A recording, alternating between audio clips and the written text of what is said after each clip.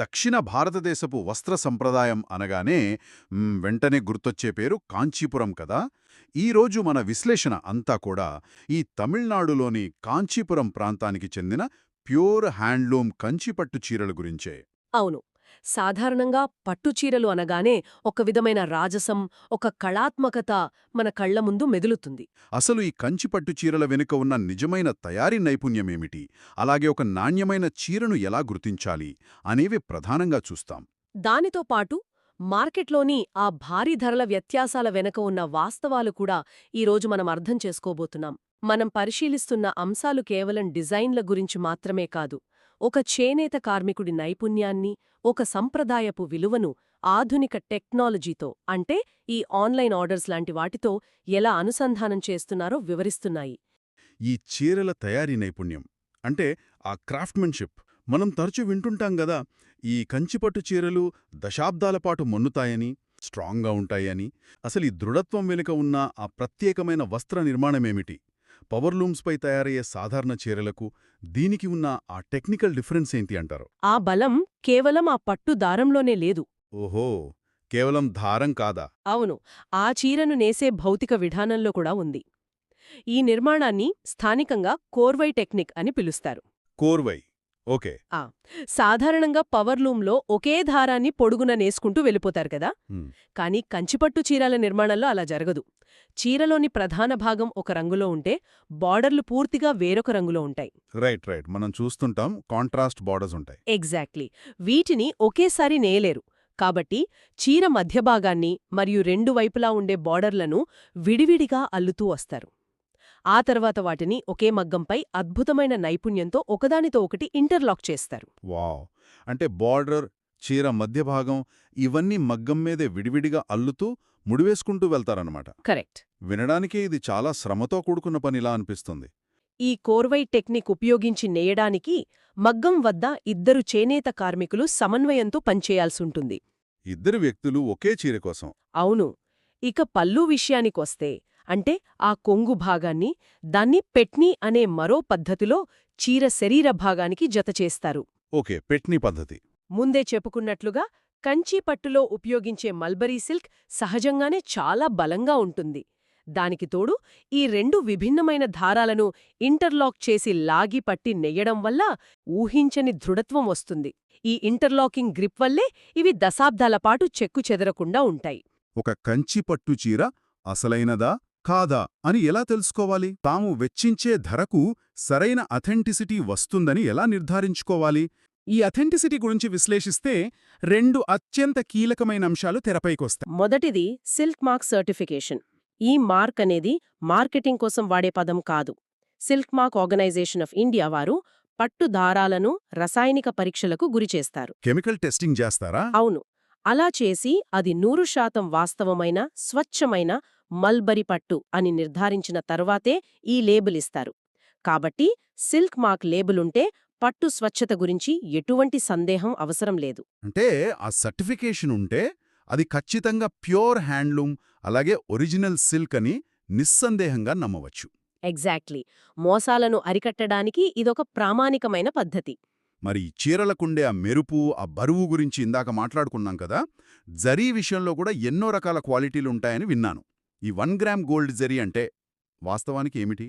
సాధారణంగా జరీ అనగానే ప్లాస్టిక్కు లేదా కాపర్ తీగలకు రంగు వేస్తారని చాలామంది అనుకుంటారు. కానీ ఒరిజినల్ కంచి పట్టులో వాడే ఈ 1 గ్రామ్ గోల్డ్ జరీ వెనుక ఒక అద్భుతమైన మెటలర్జీ ఉంది.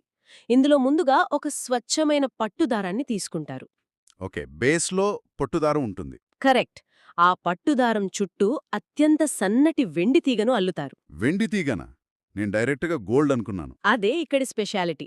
ఆ తర్వాత ఆ వెండి తీగపై 1 గ్రాము బంగారు పూతను పూస్తారు.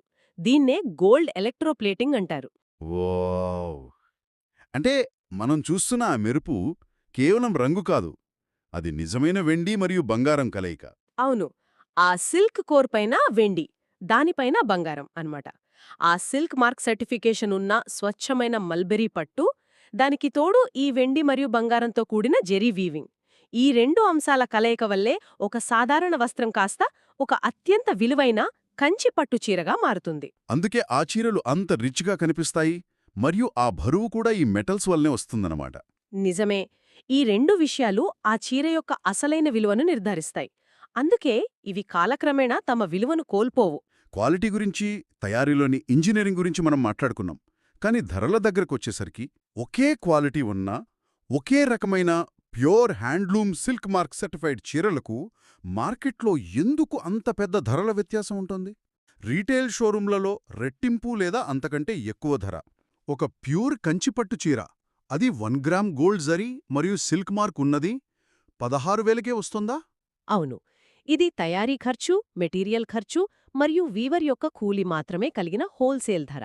సాధారణంగా మనం సిటీల్లోని షోరూముల్లో చూస్తే వీటి ధర కనీసం 30,000 పైన ఉంటుంది కదా. ఈ 100% కంటే ఎక్కువున్న మార్కప్ ఎలా జస్టిఫై అవుతుంది? ఆ మార్కప్ అనేది చీర నాణ్యతను బట్టి పెరిగేది కాదు. అది రీటైల్ వ్యవస్థ యొక్క నిర్వహణ ఖర్చు మాత్రమే. ఓహో, అంటే ఓవర్ హెడ్స్ అంటారు. ఎగ్జాక్ట్లీ. అవే చీరలు పెద్ద పెద్ద నగరాల్లోని విలాసవంతమైన షోరూంలలోకి వెళ్ళినప్పుడు ఆ సప్లై చైన్లో ఎన్నో అంశాలు కలుస్తాయి.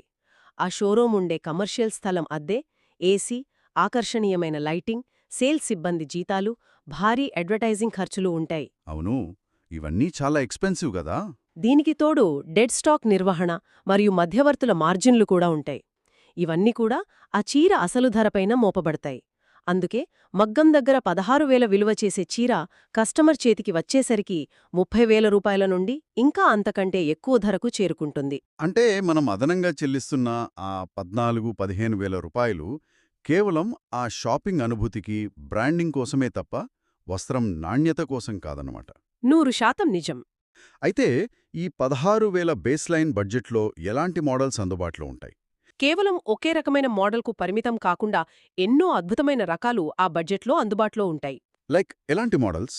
ఉదాహరణకు, ఎప్పటికీ పాతబడని వింటేజ్ కంచి పట్టు చీరలు, ముహూర్తం కోసం ప్రత్యేకంగా రూపొందించే all over weaving heavy bridal Kanchi పట్టు, కాస్త ఆధునికంగా కనిపించే కంచి టిష్యూ పట్టు, మరియు సంప్రదాయాన్నిష్టపడే వారి కోసం ట్రెడిషనల్ బార్డర్ కంచి పట్టు. ఇన్ని రకాలున్నాయా?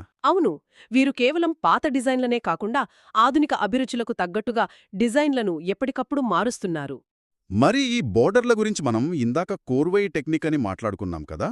ఆ బోర్డర్లలో ఎక్కువగా కనిపించే మోటివ్స్, అదే డిజైన్ల వెనుకలున్న ప్రాముఖ్యత ఏమిటి? బార్డర్లలో ఉండే డిజైన్లకు కంచి పట్టులో ఒక ప్రత్యేకమైన చారిత్రక ప్రాముఖ్యత ఉంది. ఆ మోటివ్స్ అన్నీ మన దేవాలయాల వాస్తుశిల్పం నుండి ప్రేరణ పొందినవి. ఓహో, టెంపుల్ ఆర్కిటెక్చర్ ఇన్స్పిరేషనా? కరెక్ట్. మీరు చూసే ఉంటారు, టెంపుల్ బార్డర్ అంటే గోపురమాకారం, మామిడి పండు డిజైన్, దీన్ని పేజ్లీ లేదా మ్యాంగో మోటిఫ్ అంటారు.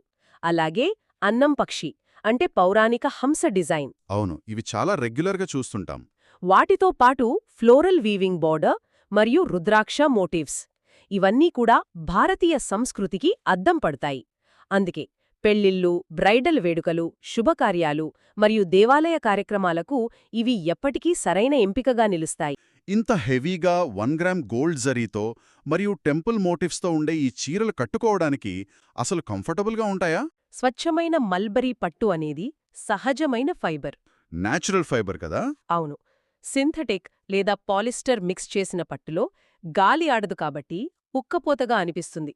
కానీ 100% ప్యూర్ సిల్క్ ఎంత బరువుగా ఉన్నా శరీర ఉష్ణోగ్రతను నియంత్రిస్తుంది. ఉష్ణోగ్రత నియంత్రించడం అంటే టెంపరేచర్ రెగ్యులేషన్ అన్నమాట. ఎగ్జాక్ట్లీ. వాతావరణం చల్లగా ఉన్నప్పుడు వెచ్చదనాన్ని, వేడిగా ఉన్నప్పుడు గాలి ఆడే సౌలభ్యాన్ని ఇస్తుంది. కాబట్టి జరీ కారణంగా చీర బరువుగా అనిపించినా, సరైన పద్ధతిలో డ్రేప్ చేస్తే గంటల తరబడి ధరించినా చర్మంపై చాలా సౌకర్యవంతంగా ఉంటుంది. ఆ స్వచ్ఛతే కంఫర్ట్కు గ్యారంటీ. సామాన్యులు కాంచీపురం వరకు వెళ్లి కొనుగోలు చేయడం ఆచరణ సాధ్యం కాదు కదా. వాట్సాప్ ద్వారా ఆర్డర్స్ తీసుకుంటున్నారా? అవును. చాలా సింపుల్ ప్రాసెస్. ఎవరైనా సరే వీడియోలలో తమకు నచ్చిన చీరను కేవలం ఒక స్క్రీన్ షాట్ తీసి వాట్సాప్ ద్వారా పంపితే అది నేరుగా వారి ఇంటికే డెలివరీ అవుతుంది.